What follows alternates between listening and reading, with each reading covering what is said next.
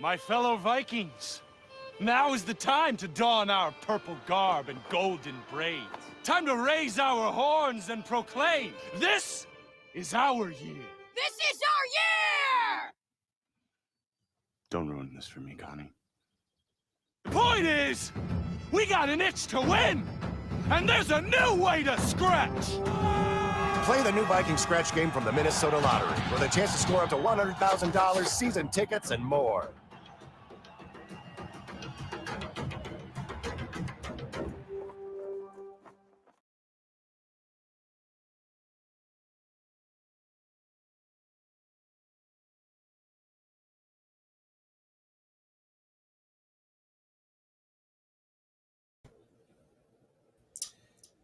Welcome to Goal Beyond the Goal. I'm Steve Vaccaro, and that's Stacy Goodrich. Hey, Stace. Welcome to Hi. Goal Beyond the Goal. How are you? Good. How you doing? I'm doing great. It's good to be here. It's good to see you. Good to see you too. And how is the? I always have to ask how the weather is in Minnesota right now. How is the weather? Well, I've got about a half an inch of snow on my deck. Really? Yes. And I have all my furniture still on my deck. So that tells you how excited I am to be prepared for winter. Wow. So you got snow already. So in New York, as a Vikings fan, I can watch the Vikings. I could cheer the Vikings. I could be upset with the Vikings. I could be happy with the Vikings. But sometimes I don't have to deal with the snow. You have to deal with the snow all the time. And the Vikings, right? And the Vikings, right. And the day in and day out. You're amongst Vikings Nation, win or lose. You it's right in your face all the time. Me, I can watch a game, and if they lose by a marginal points, like they lost 5 games this year by 18 points total, I can drown my sorrows alone if I needed to. And then people make fun of you because why would a New Yorker be a Vikings fan? That's right. And it's Saturday afternoon. I mean, I'm getting ready for the Viking game, but then I've been reading these books of yours. I can't get them off. I mean, they're so helpful in so many ways. Won't you tell people what you do? Well, I'm a mental strength coach, and I work with athletes on the mental side. And the great thing about that is I can help people get out of their own way. Do you ever feel like you're in your own way, Steve? Oh, yes, all the time. I'm sure you're one of the rare people who never feels like they're in their own way, right? Yeah, right. I'm not right. Exactly. And I think that helping people manage their situations, getting them out of their own way, helping them understand what's in their way and why, that can be really helpful because if we're more aligned in our lives, we can perform our best and come from a more congruent standpoint, which is what I love to talk about. And obviously talking about the Vikings in that same regard is I think, fun. And it's a new thought process for the Vikings. That's right. Now, the Vikings, this is a combination. This show, Goal Beyond the Goal, is going to be talking about that proper mindset, what it needs to get that proper mindset down, but also looking at these Viking teams this year and for the last 60 years. And we've never, ever have won a Super Bowl. 4 Super Bowls we lost to Kansas City, we lost to Miami, we lost to Pittsburgh, and we lost to Oakland, all before 1980. We've lost the last 6 championship games, NFC championship games, and if we would have won half of those, we would have been 3 other Super Bowls. So this team, we're the 3rd most playoff appearances ever. Cowboys number 1, Pittsburgh number 2, and Minnesota number 3. So we're right there, but we have the most playoff losses, 30 in NFL, totally. Why is this happening to us? Why is this year after year? I ask you, Stacy Goodrich, what's going on here? Well, first of all, for you to have me relive that was really depressing and kind of sad. Makes me want to go burn my Viking clothes again. Well, we're gonna show you some of these things. So you just sit there and don't burn your Viking clothes. If I would have burned my Viking clothes, I would have no Viking clothes. You're in Minnesota. I can't go to the stores here and find Viking stuff. Yeah, we can always find more because when they win, we all go out and buy things. Right. When they lose, we want to burn them. That's right. right? That's right. So what's going on with the Vikings? Is it a curse? Is it a poor mindset? Is it poor management, administration, poor athletes? Quarterback, kicking game, defense. What's going on here? Well, I think we can agree that it's a lot of all of that, right? We can, we talk about, do we need a new coach? Do we need a new player? We can talk about what we need all day long. But at the end of the day, if we had a good mindset and if each player could play to his potential and do his job, what would that look like? We have great people on that team. We've got an amazing coaching staff, but the mindset and how they manage things could be adjusted. Are you talking this year or are you talking the last 60 years? Well, all of it. But this year, we're in the present moment. So I think if people understood how to manage their mindset and if they understood what was in their way, I think that would give people a huge advantage over how they perform. Right. Well, I think our show is going to really look at that mindset and the work that you do. So in your work with So Connected, tell our viewers a little bit what you do. And if you could share what is rewarding to you and what's challenging in the work that you do. Well, I've been doing this for about 15 years. 80% of my business or 90% are athletes. And I work with youth athletes all the way up through professional athletes. And for me, it's about giving people tools and strategies to help them use their mind to support their body better. And then the other side of that is we need to be aware of what is happening to us unconsciously. So if we're not working with the unconscious mind, if we're not working with what's going on in our head and mentally, then how do we know how to fix it, how to change it? It's kind of like when people say, I want my athlete to be confident. But if just telling people to be confident worked, we'd all be perfectly confident. It doesn't work. But helping people understand what's in their way, what's going on mentally or unconsciously, that gives them the ability to then be aware of it. And then they can adjust those thoughts, that energy, whatever's happening to them.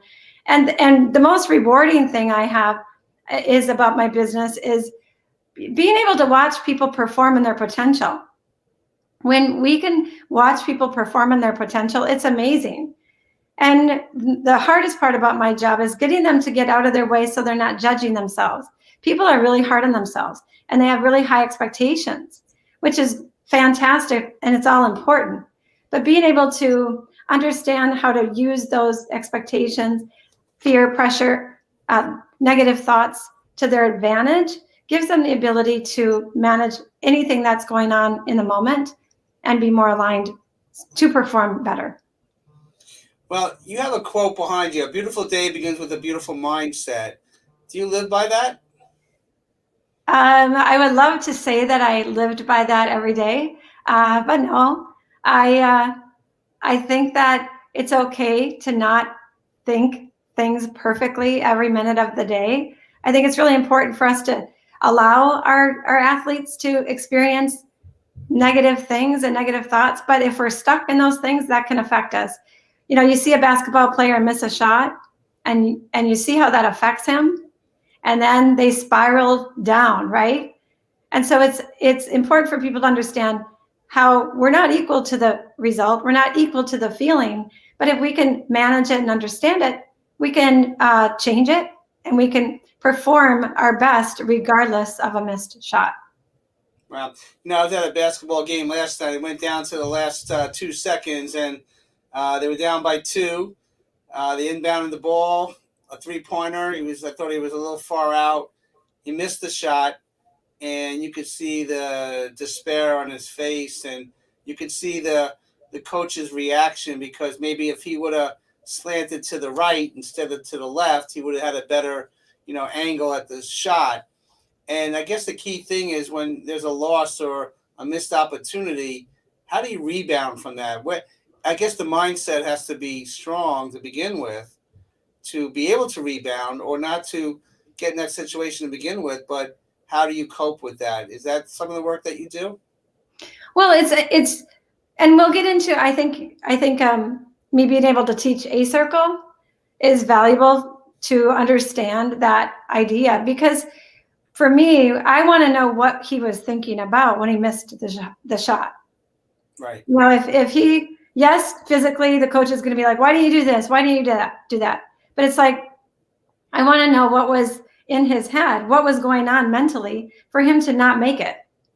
Maybe he was worried about the shot. Maybe he was worried what the coach was going to say if he missed it. Maybe he was worried about, not performing the way he needed to. And so that's really what's important, is understanding what is in his mind, what's in his A circle, what I call, so that then he can figure out what he needs to be focusing on when he's shooting the basket. Right. And I guess that's what we have to break down, the mindset of each athlete. I guess that's the work that you do, because immediately after you missed that shot, all the fans were angry and upset and should have done this, could have done that. I mean, everybody is quick to make their own assessment. We Right. need a new coach. Right. So you must have interesting conversations or sessions with the athletes, but also translating that to parents and coaches, right? Well, I think, being able to manage what is going on in your head is a huge benefit. And I teach a strategy called A Circle. Do you want to learn it for you? Yes, I need to know. I need to know what A Circle is all about, because You want to have a better mindset? yes, I do. Yeah. Okay. So everybody has what I call an A circle, a B circle, and a C circle. And there's no right or wrong way with how this is set up. So I want each of you to think about it for yourself. Whatever or whoever is in your A circle is who or what is making decisions for you, or who or what is running the show for you in that situation. B circle are people or things that support you to make a decision, or they can influence your decisions, but they're not making it for you. And C circle is everything else outside of that, or everything else that doesn't matter. Now, we can have lots of things in our A circle. We can have people. Athletes will have their coaches in their A circle. They'll have their teammates in their A circle. Some athletes will have their parents in their A circle. We can also have thoughts in our A circle controlling us. I don't want to make a mistake. I don't want to upset my coach. I don't want to do it wrong. We can have thoughts in our A circle controlling us in different situations. And we can also have energy. How many of us have fear, anxiety, worry, food? How many of us have food controlling our lives? And we can also have confidence in our A circle. So think about it for you. And Steve, you can think about this for you. Who or what is in your A circle some of the time? Well, I mean, some of the time family, close family members, and children, and colleagues, peers, workers, and they often get inside my A circle, which clouds it really bad. Yeah, I would imagine having all those things in your A circle sometimes is helpful. Yep. It definitely is helpful, but then sometimes it's difficult to really focus in on where I'm at sometimes. Right. Sometimes some of those things in your A circle is not helpful. Right? Right. No doubt. Yeah. And it's not, for me, it's not for me to tell people what to have in their A circle. As a mother, we all know mothers who are in their kids' A circle all the time. Right? In session, I like to have moms in session with the child or with the athlete, because sometimes the mom will, be in that child's A circle telling them what to do all the time. Today I had a session where the mom was like, I said, what's in your A circle she was a gymnast. And she said, I have my coach and my teammates. And the mom said, lack of confidence. And I was like, did your mom just jump in your A circle? And the mom was like, oh, but the mom is right, but it doesn't mean that we need to be in our kids' A circle all the time. Right. Now, we also know moms that have their kids in their A circle and the mom isn't in her own A circle. I remember teaching A circle to my mother, back in the day, and and my mom said, "I don't think I've ever been in my own A circle." And I was thinking, "What? Like you're not in your own A circle?" And she said, "I said, are you okay with that?" And she said, "Yeah." But she had my dad in her A circle, and my dad had my mom in his A circle. So you can imagine how that went. Some of the time, it was an interesting relationship and dynamic. Mm-hmm.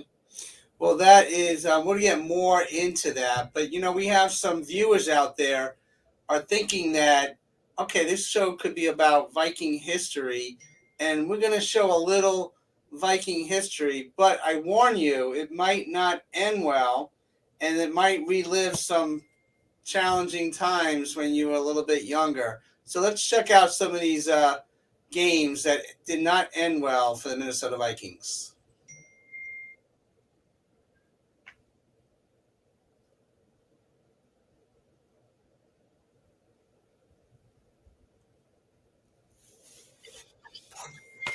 Yeah, and the clock continues to run, PA. 17, 16, 15. See, they have to go deep into the end zone. We better put some people in the end zone, right, Joe? That's exactly right. I mean, Get there's back nobody there. inside the 10. Get back, Here guys. it is. The season's on the line. Two receivers left and right. McCown takes the snap. He steps up. He's all by himself. Fires into the end zone. Caught! Touchdown! No! No! The Cardinals have knocked the Vikings out of the playoffs. I believe it was caught by Nate Poole. He's being mugged by his Cardinal teammates. They're Minnesota Vikings crying on the field.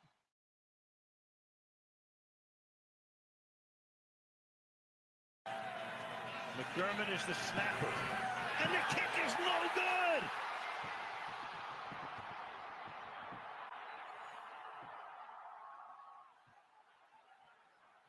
Wow.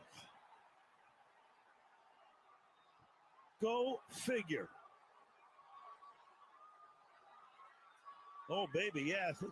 It's time to pray to the heavens, Michael. You're right.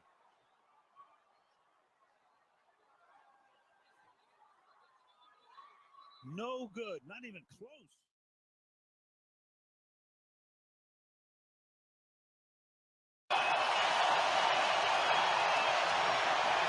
Favre sprints to his right, throws back across the middle, and he's intercepted. Porter. The return by Porter, and he's brought down with 7 seconds left.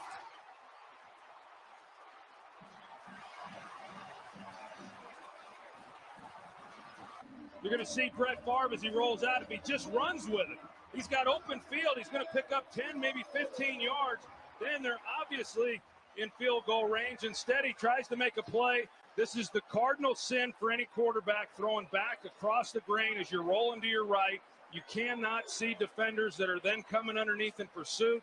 And Porter there to make the interception, and Favre knows he made a huge mistake.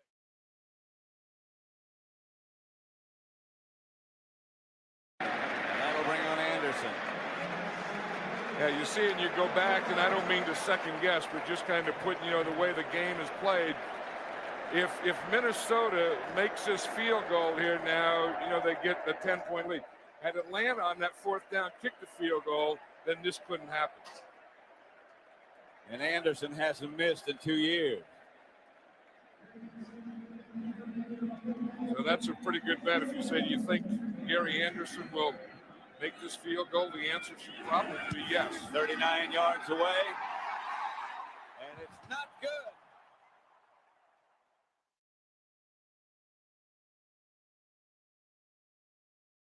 2 seconds left. He is going to throw. Drew Pearson. He got it. Touchdown. I could go ahead and for a while. Got the ball back. I don't believe it. He just threw the ball over the scoreboard. I don't believe it. The ball was thrown short, and the defender was not watching, and Pearson came back to make the catch for it. Boy, what a play that was. What a ball game, huh? So the Dallas Cowboys move in to the championship game of the NFC.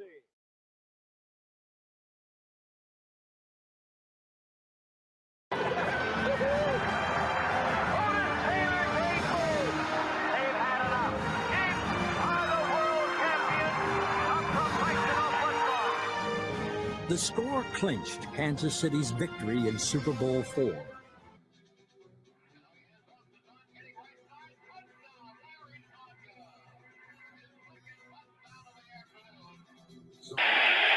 We're down now to 15 seconds to go. The Steeler fans counting it off. The Vikings trying to line up. An awesome physical team were the Steelers today. Up goes Harris. Joe Green, Pittsburgh, the Super Bowl champs. Chuck Knowles up there. Pittsburgh wins it 16-6.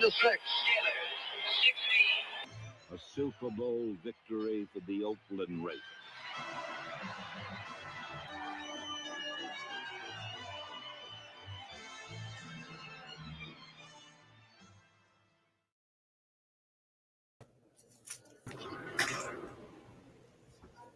I can't take it. I can't take these games. I mean, reliving it is like gut wrenching.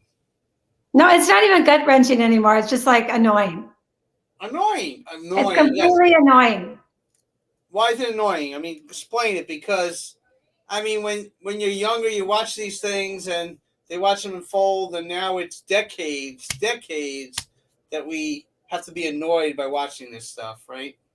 I think that, you know, it's frustrating and it's annoying and it's really quite sad, because all of those games represent an issue, obviously, that there's something going on where we can't get to that goal that we all want, which is a Super Bowl. And it's not that we're not all, you know, playing well some of the time. The problem is that those videos touch on a few different things that are really quite simple to fix. For instance, the kickers. Look at the kickers in the NFL and college, for that matter. How many kickers can kick the ball through the upright every single time, practice, you know, 100% through the upright, and they get to that one moment where they choke? The moment at the end of the game, the one field goal they need to win. What's going on with that? Do you know, Steve? Well, I mean, it's a poor mindset. I mean, if something is going on, but I mean, unless they're not prepared physically, I mean, there's games this year that we've lost by a missed field goal. I mean, let's just look at these games, because that's a history of the Vikings. But before we get further, we have a couple of games we want to show people this year, because it's still going on. I want to show people out there that what you're saying we need to listen to. Let's check out these little clips here of this year's losses.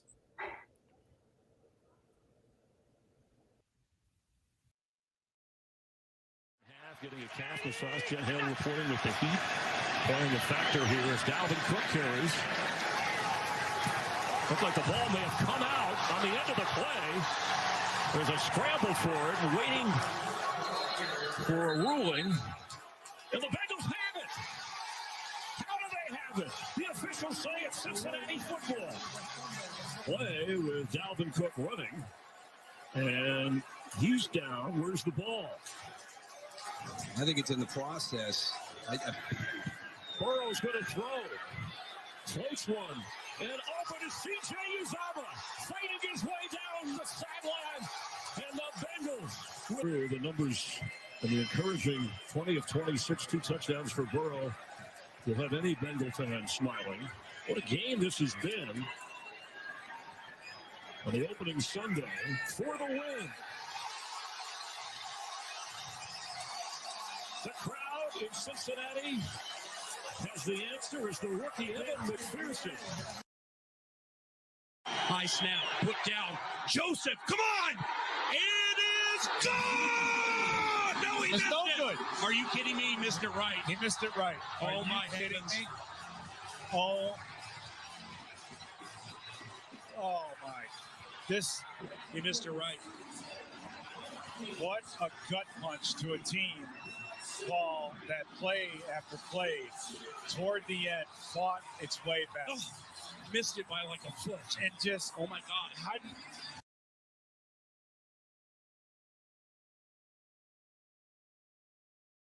The extra point, you're down by 4. Field goal won't do you any good. First and goal. To the end zone, and it is held for the touchdown. Cooper. Amari Cooper over Cameron Dantzler.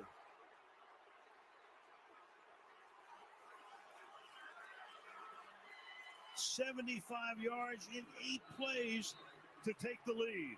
Yeah, Mom and Dad, go ahead and celebrate. Cameron Dantzler, you knew eventually it was coming to him, and Amari Cooper, hamstring, whatever that machine was, working on him on the sideline.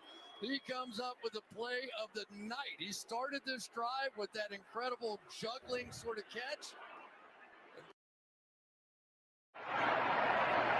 36 to win it and stay atop the AFC North.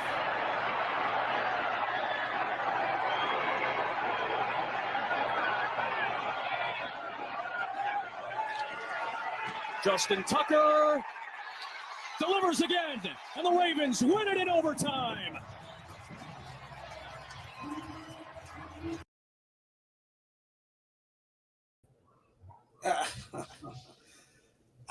I'm speechless when I watch these things. This is this year. That was last week. I was at the game last week watching that unfold, and we need a new kicker. We need something to change this around because we can't keep going through the whole season with the kicking team that we have here. What do you think? Okay, so, like I said, everybody can talk about getting a new kicker, but at the end of the day, this is the deal. If Greg Joseph knew and understood a circle, because what's going on is as he's going up to kick the ball, what do you think is in his A circle in that situation? What's controlling him? What's on his mind? Well, what's on his mind is the pressure of the moment, perhaps, but also making that field goal. Yeah, he's probably thinking, I have to make it. When we have a result in our A circle, I have to make it. What if I don't? What if I get fired?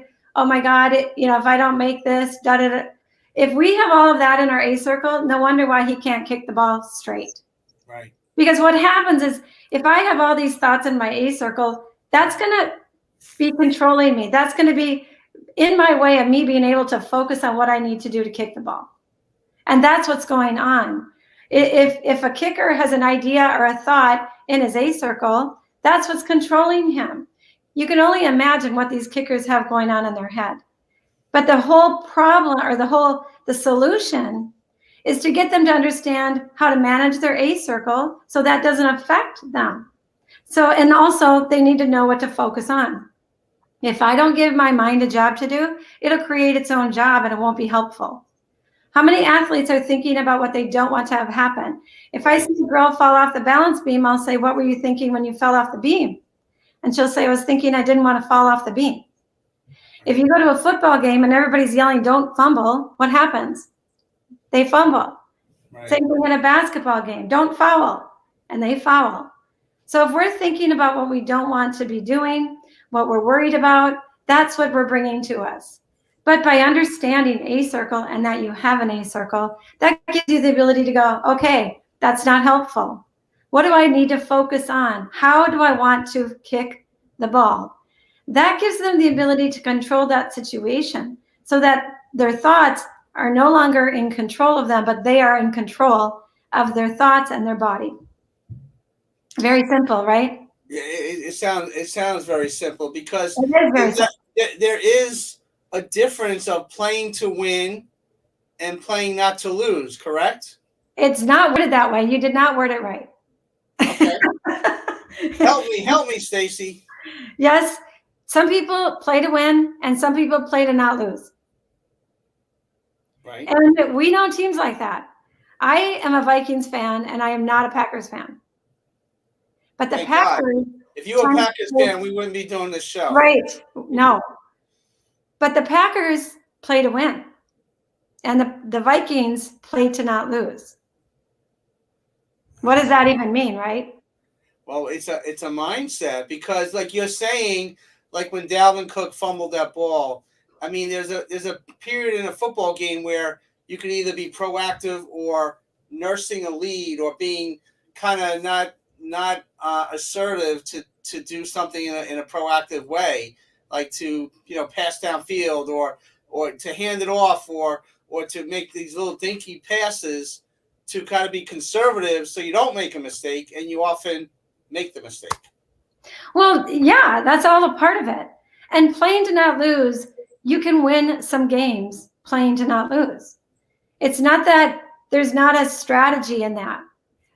Mike Zimmer is a really good defensive coach. He came to the Vikings because he was a really good defensive coach. Mm-hmm.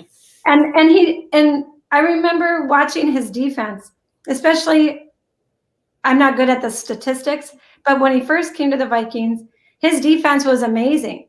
And the reason that they were amazing, because they were in their body, they were confident in their job defensively, and they knew if they did their job, they would get the pick six. They would get the interception because they were in their body mentally doing what they needed to do, and then they would get the best result. They didn't know that that's what they were doing. They were focused on what they needed to do in the moment, but that's what gave them the ability to then get the sack and be prepared to be able to get a pick six or an interception. That's playing to win, but it's on a defensive strategy. But playing to not lose offensively doesn't work. When you're playing to not lose, what you're thinking about is, how can I prevent the other team from winning? And so when Kirk Cousins has the ball and they hand it off on an overtime opportunity, and they hand it off when we get -1 yard in 3, tries, that's a play to not lose mentality. They're trying not to lose. They don't want to throw the interception. They don't want to, fumble the ball. But that's not going to get them what they need to win, to go after the touchdown, to get down the field. Right. Well, I mean, what you're saying is so very important to understand. This is Goal Beyond the Goal. That's Stacy Goodrich. I'm Steve Vaccaro. She's in Minnesota. I'm in New York. And collectively, we want a Super Bowl for the Minnesota Vikings. And just like all you viewers out there, you want a Super Bowl. So why is Tom Brady – talk about Tom Brady for a minute. Let's get beyond Minnesota Vikings. Mention Tom Brady's approach after all these years. Well, Tom Brady has the best goal beyond the goal mentality that we've seen. He doesn't care about the result. He doesn't have the result in his A circle. He's not concerned if somebody intercepts it or if the guy catches it. He's concerned about what he needs to do to mentally manage the situation to get down the field and get a touchdown. When you hear him talk before a Super Bowl, he's already figured out what he's going to do when he wins and after he wins the Super Bowl. He has a goal beyond the goal mentality to get him through those situations successfully. He's not worried about not winning. He's not worried about what the other team is going to do. He doesn't care. He's all about what he needs to do right now to get into the next thing that he needs to be successful in that situation. And it's fun to watch because there's nothing negative in his A circle preventing him from not being able to do what he needs to do in the moment. It doesn't mean it's perfect. It just means that he's accountable to his behavior. He's in his body. He's doing his job. And what happens is the team members around him learn how to do that just by watching him. He doesn't even have to talk about it. But by being in his own A circle and stepping up and showing up, they're automatically doing that for themselves without him talking about it. Mm-hmm. Goal beyond the goal mentality.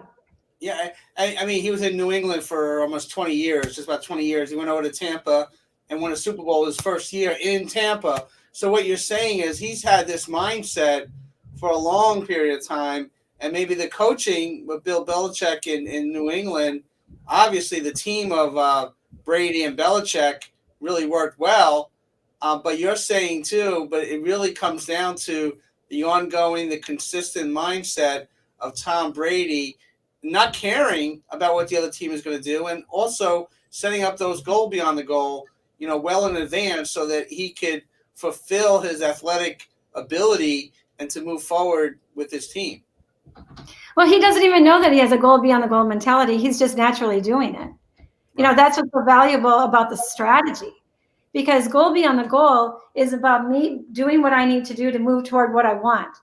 So it's not having, you know, the win in my A circle. It's about what do I need to focus on right now to move me toward the win? What do I need to do right now to help me get what I want? Goal beyond the goal. It's kind of like if I want to lose 10 pounds, and if I have that in my A circle, if I eat one cookie, I'm done. Right? I'm like, okay, I ate a cookie. I may as well eat like the whole sleeve of cookies now because I blew it. Because if I have wanting to lose 10 pounds in my A circle, the minute I don't do what I need to do to move toward that, I get kicked out and I bail out. But if I have a 10-pound goal and it's a goal beyond the goal, what do I need to do right now to move me toward that? If I have a cookie, well, whatever. I can now go for a walk. I can figure out what I need to do to move toward losing 10 pounds. It takes the pressure off of the result. It separates the person from the behavior so that they can do what they need to do to move toward what they want in their behavior. So it's just a less stressful way of going about doing what they need to do. And the strategy gives people the ability to practice it. That's why it's so valuable. Wow. I mean, that is a great way to look at it. And there's another athlete out there who was in the Hall of Fame who played for the Minnesota Vikings, John Randall. What's your thoughts about John Randall? Because he's a Hall of Fame, a defensive player. He's a top defensive player in the league. He's in the Hall of Fame. He was undrafted when he came to the Minnesota Vikings. What's your thoughts about his leadership and the role he played for those Vikings teams? Even though they didn't win at all, he had a goal beyond the goal mentality, I would think, correct? Yeah, absolutely. You know, he was undrafted, and nobody thought that he could do what he did. And he had a little chip on his shoulder because people told him that they didn't think he could be successful.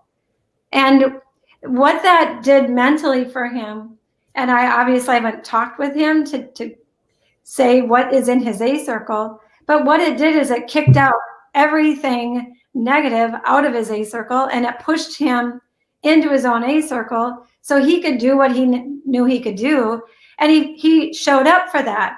He didn't let that negative stuff affect him and kick him out of his A circle. He was like, whatever, game on. He used it as a way to use it as a goal beyond the goal. Yeah, I'm going to show you guys. And we all do that, right?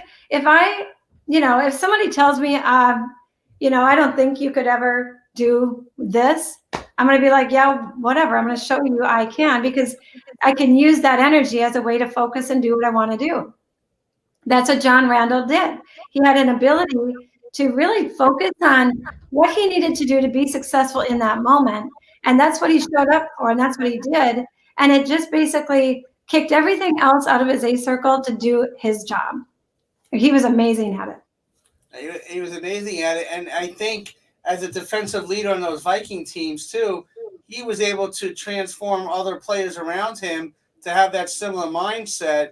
But football is three ways. You have the offense, you have the defense, and you have special teams. Sometimes those defensive teams don't translate to the offensive scheme. And we're kind of seeing with the Minnesota Viking teams this year, because sometimes the offense and the defense are two different worlds, and it's up to our coaching staff, Zimmer, to bring them together. I think that's where the challenge comes in. Well, at the end of the day, it doesn't take a coach for me to be mentally strong. Tom Brady proves that.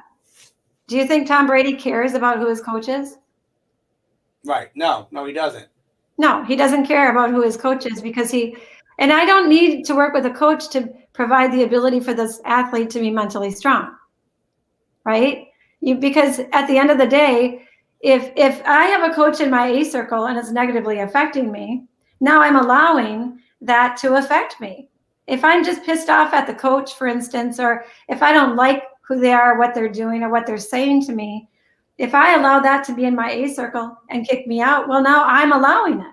So once you teach A circle and you say, what's in your A circle in that situation? They'll say, well, my coach was mean to me, or my coach, told me if I didn't do this, I wasn't going to compete, or whatever that is.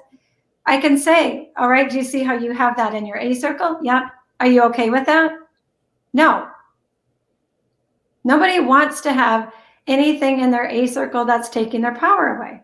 Right. Once they're aware of it, they don't like that. Athletes don't like to be in their own way. Right. And if they understood that, then I can say, what do you want to have in your A circle when you're playing your game? Right. Me, right? Whatever works best for them. But that's why it's not that the coach isn't important and all of it's valid, right? We need the right people. But at the end of the day, if the Vikings, each player on that team played to their potential and did their job and focused on what they need to do in the moment, we would have a different team. Right, right. Well, you know what? Recently I was in Minnesota because we're filming a documentary, and the documentary is going to be released next year, and you'll be a part of that. But I got to see some hardcore, long-time, heartbreaking Viking fans in the matter of a couple of weeks. And we have one fan we're going to pop up here, and each show that we have, we're going to showcase a different fan. But today we have Archie, and Archie's going to talk about, and you're going to see it, the life of a Viking fan. So let's hear from Archie.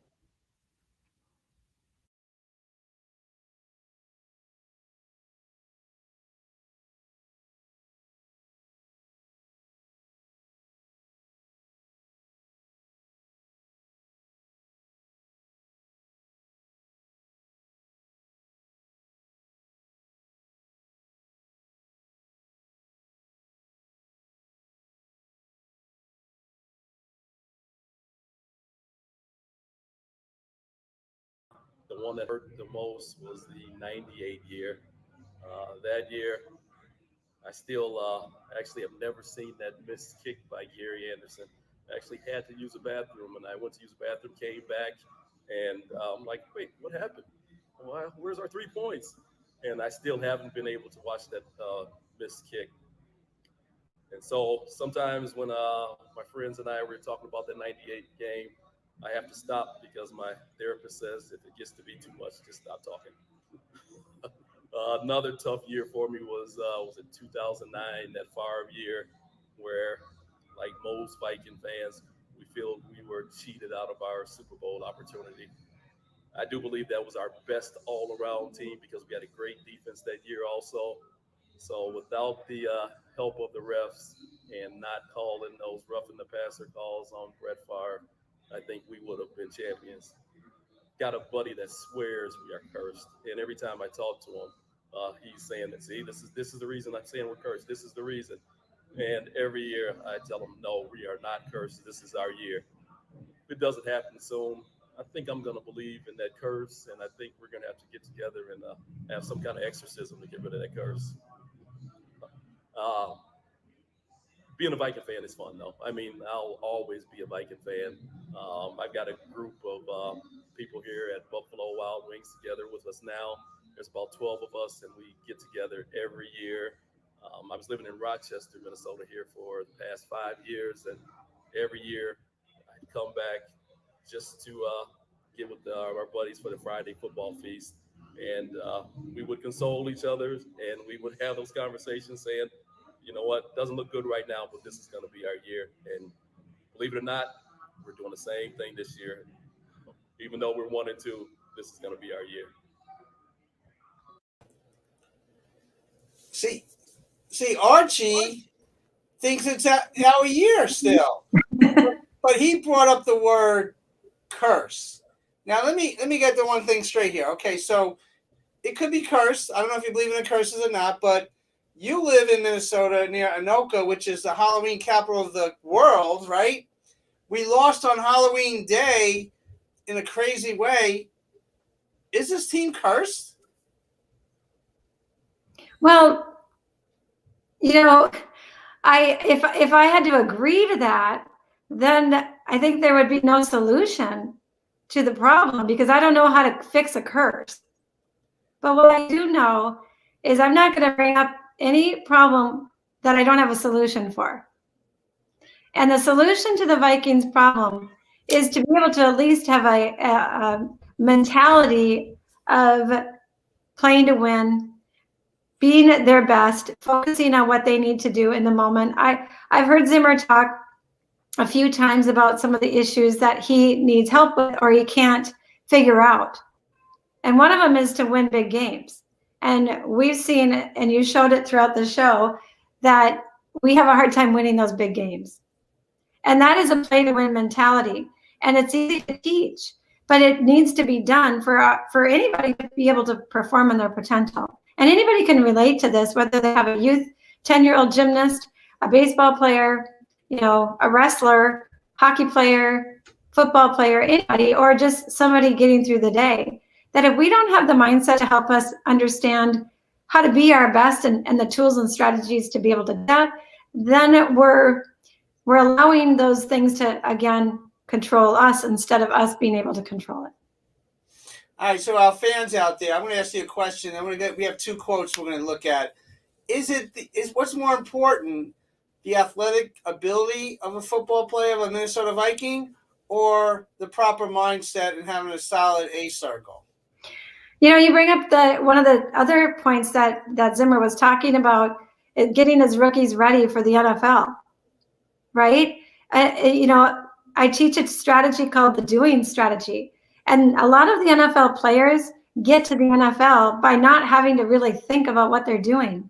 They're so athletically capable that they just do it. Their bodies, are just doing their job. Their mind is not in their way, and things work really well. But when people get to the NFL, what can happen is maybe the doing strategy isn't working anymore. Maybe all of a sudden it didn't go the way they thought it should. Somebody was faster than they were, whatever the situation was. Typically there's a situation where all of a sudden the mind and the body get disconnected because the doing strategy didn't work, but they don't know how to manage it. They don't know what to do to support themselves to be able to do their job. And so their mind and body get disconnected. And once the mind and body are disconnected, all kinds of things get between their mind and their body, which are those negative thoughts, different things.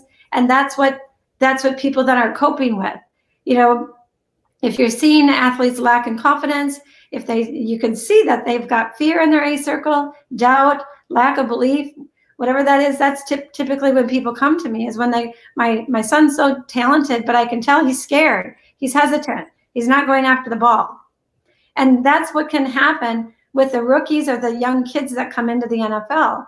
If we can teach them how to, number one, understand how their athletic ability can connect to being the best football player that they are, and if they can understand how to use their mind to support what they're doing, that can be extremely valuable for anybody, but especially a rookie football player.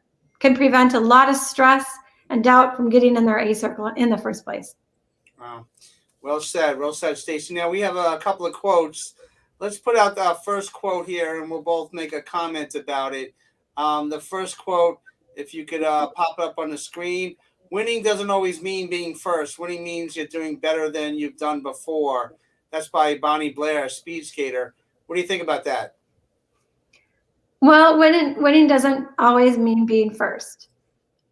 Right. I mean, winning, to me, I think I like it when athletes want to win. Like, when people say they feel bad about wanting to win, but really wanting to win is important, right? I want people to want to be their best. I want them to want to win. But more importantly, it's about knowing what they need to do to move toward that. It's about focusing on what strategy works best for them to be able to win at the end of the day, or focus on what they need to do to be their best so that the result can be winning. But winning can mean lots of things for different people, depending if they're an athlete or not. But winning, I think, performing in their potential, wow, who doesn't want to do that? When I'm writing my books or coaching with my people, I want to be my best, and that's a part of wanting to win too. Right. Okay. Well, I mean, Bonnie Blair was an amazing speed skater, and she does great work in the community too. So that's a great quote. Our second quote here, we should make a comment about if we could pop that second one up. In order to carry a positive action, we must develop here a positive vision. Dalai Lama, what do you think? Well, yeah, I think that the positive action, it's not what happens to us that matters. It's how we perceive it that dictates our behavior. So if I have fear in my A circle and I see it as negative, it's going to kick me out of my A circle and my behavior will be that.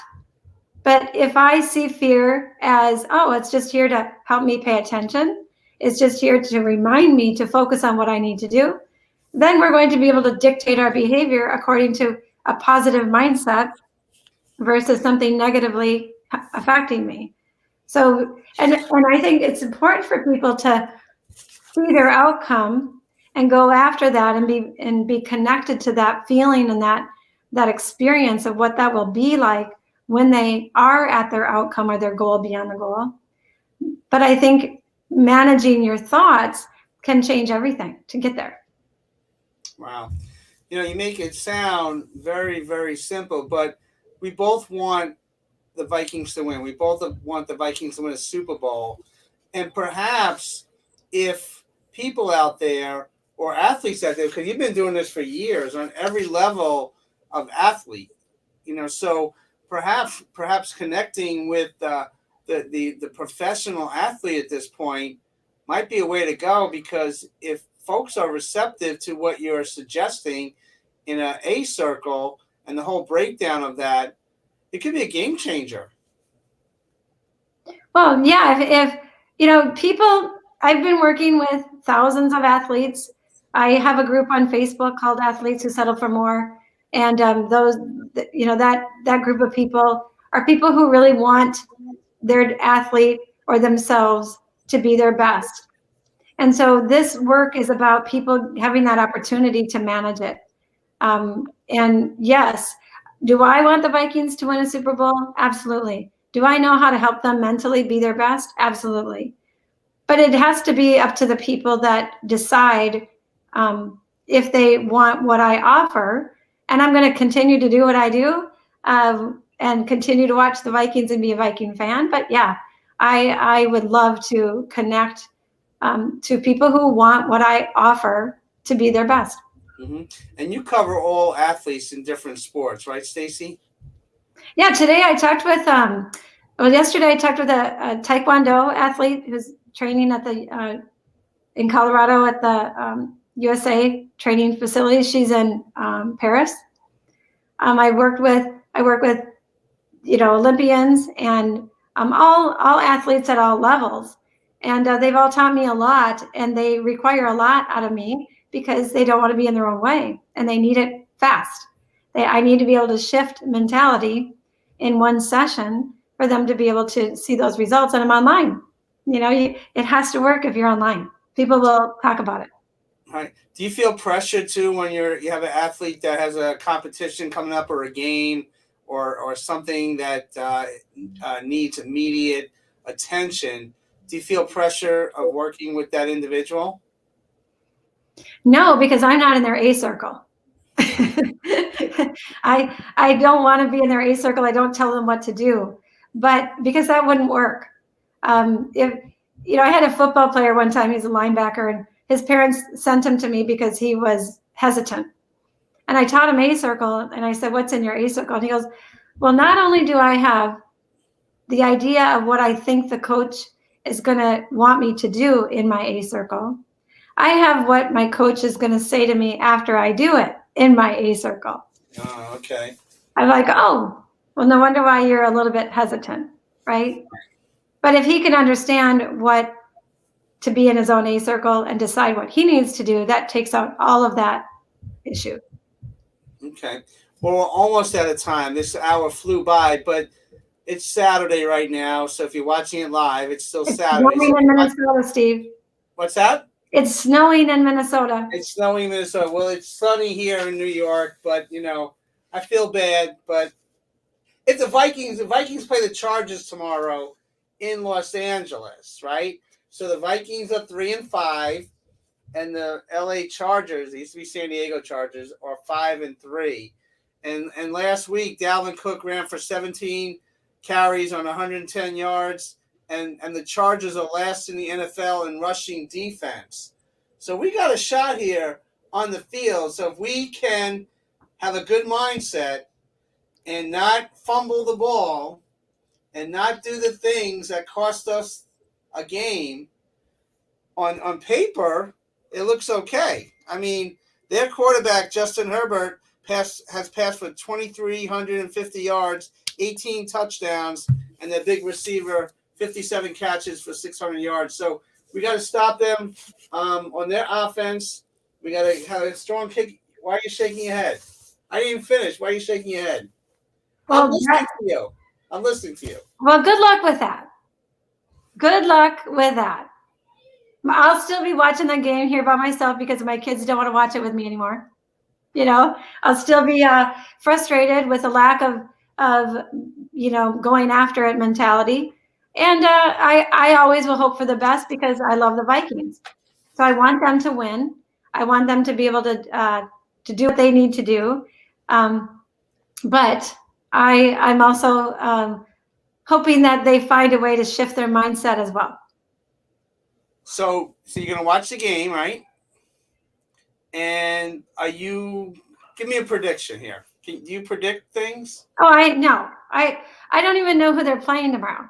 I just said Los Angeles Chargers. I know, but I didn't know that until you said that. Okay. I don't care. All right. So this show, I'm going to be like the fan kind of guy and bring up these different things and represent the fans. And you're going to get back to what really needs to happen.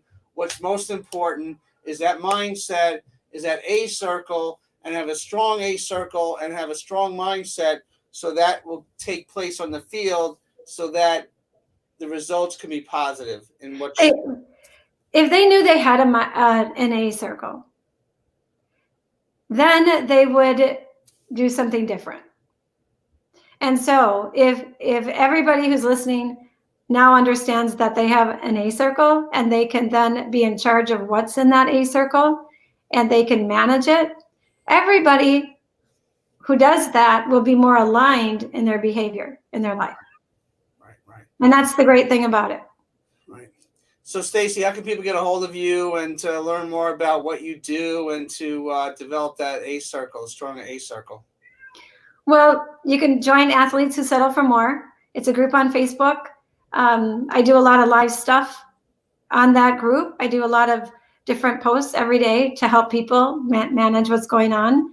Other people, there's 13,000 some people on that group now. Also, my company is called So Connected, and so it's so-connected.com is my website. But anybody just message me and just connect with me through Facebook or through my website. All right, because before the show, I've been working really hard at these books, so I want to make sure. Are you journaling every day? I'm doing good. I wrote a gymnast. My youngest daughter is a Division I gymnast, and I wrote a children's book for a gymnast, mentally strong gymnast, and I'm really proud of that book. And it's up from my website if you want to take a look at it. But it's her story. She came home and couldn't do her back walk over on the beam. So that book and then my mental strength coaching journal for athletes are on Amazon or my website as well. Well, we're just about out of time, Stace. We're going to go over that next week when we do the show again. But thank you so very much. And Skol Vikings. Thanks for having me, Steve. Great to see you. We'll see you next time. Take care.